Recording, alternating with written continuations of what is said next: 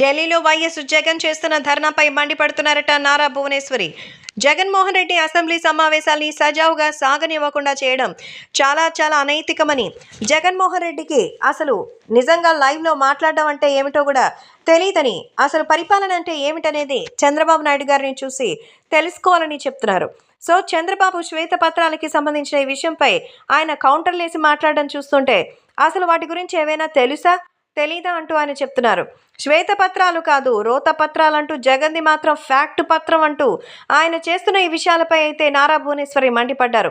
నిజంగానే అసలు జగన్మోహన్ రెడ్డికి గతం మర్చిపోయినట్టుగా అనిపిస్తున్నారు. 5 ఏళ్ల పరిపాలనలో జగన్ ఏం చేశాడో గుర్తు లేకుండా ఇప్పుడు చేస్తున్న ఈ విషయాన్ని చూస్తుంటే నిజంగా చాలా విషయాల్లో చంద్రబాబు గారికి సంబంధించి ప్రజలు చేసినటువంటి న్యాయ పోరాటం సమాధానంగా అయితే ఉంటుందంటూ చెప్పారు.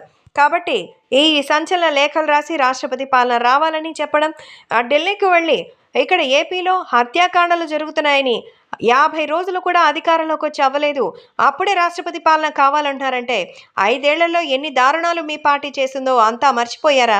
ప్రతి ఒక్కరు చూసే ఉన్నారు. ఇప్పుడు సమయం వచ్చింది కాబట్టి ఒక్కొక్కరు మాట్లాడుతున్నారంటూ నారా భువనేశ్వరి జగన్మోహన్ రెడ్డికి గట్టిగానే కౌంటర్ ఇచ్చారు.